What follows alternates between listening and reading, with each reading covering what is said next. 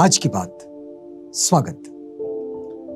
आप जानते हैं कि आज की बात में इस समय हम लोग सिंहल सम्राट दुष्टग्रामणी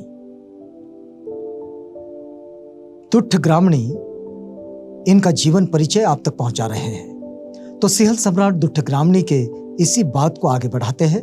आज की इस कड़ी में आगे बढ़ने से पहले आपको बता देते हैं कि दुष्टग्रामणी अपने पिता के आदेश से, उनके पिता का एक आदेश था उनके सैनिकों को, क्योंकि ग्रामणी ने अपने पिता का अनादर किया था और ऐसे में उनके पिता राजा हैं, तो उन्होंने इसके खिलाफ एक आदेश निकाला था कि जाओ और इन्हें सोने की जंजीरों में जकड़ कर ले आओ।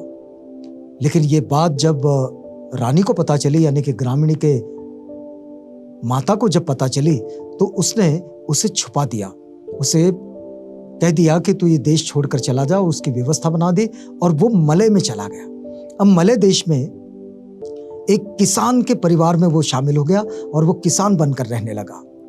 उस किसान बनकर रहते हुए उस अज्ञातवास में, वहां ये जो पूरी कहानी है, ये कहानी सिंहल में बड़ी प्रसिद्ध है। तो वहां पर वो गया। वहां किसान परिवार में 2 कन्याएं थी। उसमें एक जो थी वो कलवेतना और जो दूसरी थी वो रनेतना। तो कलवेतना ने तो इस बात से इनकार कर दिया कि वो इस अज्ञात बच्चे से शादी कर ले, अज्ञात युवक से शादी कर ले, लेकिन रनेतना इस बात के लिए तैयार हो गई थी। और इसी कड़ी में अब ये बात आगे बढ़ रही है। देखिए, कहा यह जाता है कि एक दिन दोपहर में रनेतना द्वारा लाया हुआ भात खाने के बाद वृक्ष की छाया में बैठा कुमार भविष्य के संबंध में सोच रहा था। एक छोटी सी घटना इसमें लिखी गई है कि भात खाने के बाद, रनेतना द्वारा लाया हुआ भात खाने के बाद वृक्ष की छाया में बैठा कुमार भविष्य के संबंध में सोच रहा था। किसान कन्या रनेतना उसकी जांघ पर सिर रखकर सो गई। कुछ देर बाद कुमार कल्पना लोक से लौटा और अपनी गोद में सिर रखकर सोई रनेतना के चेहरे को निहारा।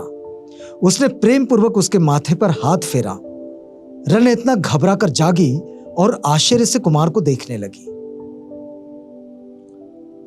कुमार के पूछने पर उसने अपने स्वप्न का वर्णन किया।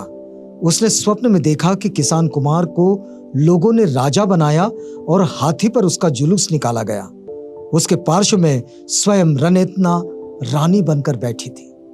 तो इस तरह की कहानी, ये जो उसका स्वप्न था ग्रामणी का, ये स्वप्न उसने रनेतना को बताया और रनेतना उस सपने में भी खो गई। अब स्वप्न की कहानी जब समाप्त हुई तो उसके साथ साथ झाड़ी में से घोड़े के टापों की आवाज आई। स्वप्न से ये लोग बाहर निकले। स्वप्न की बात ग्रामणी ने रनेतना को बताई और जैसे ही स्वप्न की बात बताना खत्म हुआ, बस वैसे ही घोड़े के टापों की आवाज आई कि घोड़े चले आ रहे हैं। जाहिर सी बात है, घोड़े चले आ रहे हैं मतलब सैनिक आ रहे हैं। तो घोड़े के टापों की आवाज आई और उस ओर दोनों का ध्यान आकर्षित हुआ। सामने आकर एक अश्वरोही ने कुमार को प्रणाम किया और राजा के देहांत की सूचना दी। जाहिर सी बात थी कि सैनिक थे, वो आए, उन्होंने कुमार को प्रणाम किया। सैनिक ये जानते थे कि कुमार कहां है, बस राजा के पास इसकी खबर नहीं पहुंचाई गई थी और राजा इस बात से अज्ञात था और ये अज्ञातवास में ही एक किसान का बेटा बनकर अपना जीवन यापन कर रहे थे। लेकिन राजा का देहांत हुआ, इसकी सूचना सैनिकों ने कुमार के पास पहुंचाना इसलिए भी जरूरी था कि कुमार राजकुमार है। और ग्रामणी को यह सूचना मिली।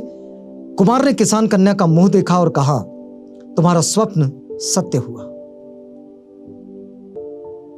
तुम्हारा स्वप्न जो है वो सत्य हुआ। मैं ही वो राजा हूं और तुम उसकी रानी। ग्रामणी ने कहा कि जो तुम्हारा स्वप्न था ये सत्य हो गया है, मैं ही वो राजा हूं और तुम उसकी रानी हो। तो ग्रामणी ने आश्रय देने के लिए किसान के प्रति कृतज्ञता प्रकट की और रनेतना को साथ लेकर महागम पहुंचा। किसान परिवार ने उसे जो प्यार दिया, उसे जो आश्रय दिया, उसके प्रति उसने कृतज्ञता प्रकट की। ये देखिए, जिनके पास भी विनम्रता होती है, आदर्श होते हैं, उनकी ये विशेषता भी होती है कि वे पूरी तरह से आदर व्यक्त करते हैं उनके प्रति, पूरी तरह से कृतज्ञता व्यक्त करते हैं उनके प्रति जिनसे कुछ पाते हैं। तो यहाँ भी ये जो आश्रय उन्हें मिला, इसके प्रति कृतज्ञता प्रकट की और रणयतना को वो साथ लेकर चले गए। महाग्राम पहुंचकर ग्रामणी ने स्वयं अपना अभिषेक किया और पिता की दाहक्रिया के लिए दिग्वापी से सद्धातिष्य महाग्राम आया था। तो अंत्येष्टि के उपरांत राजमाता और राजकीय हाथी कंडूल को लेकर वह दिग्वापी लौट गया।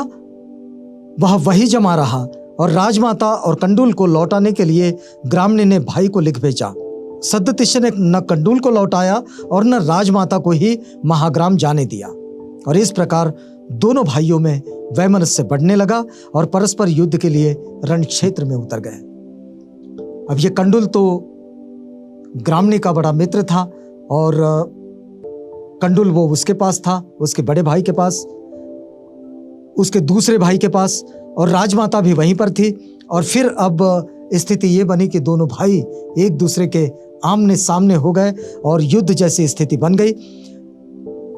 काकवर्ण राजा ये जानता था कि कभी ना कभी दोनों भाई आपस में लड़ सकते हैं और लड़ेंगे, इसलिए उसने मृत्यु के पूर्व सेनापतियों से प्रतिज्ञा करवाई थी कि दोनों भाइयों के लड़ाई में वे मध्यस्थ रहेंगे।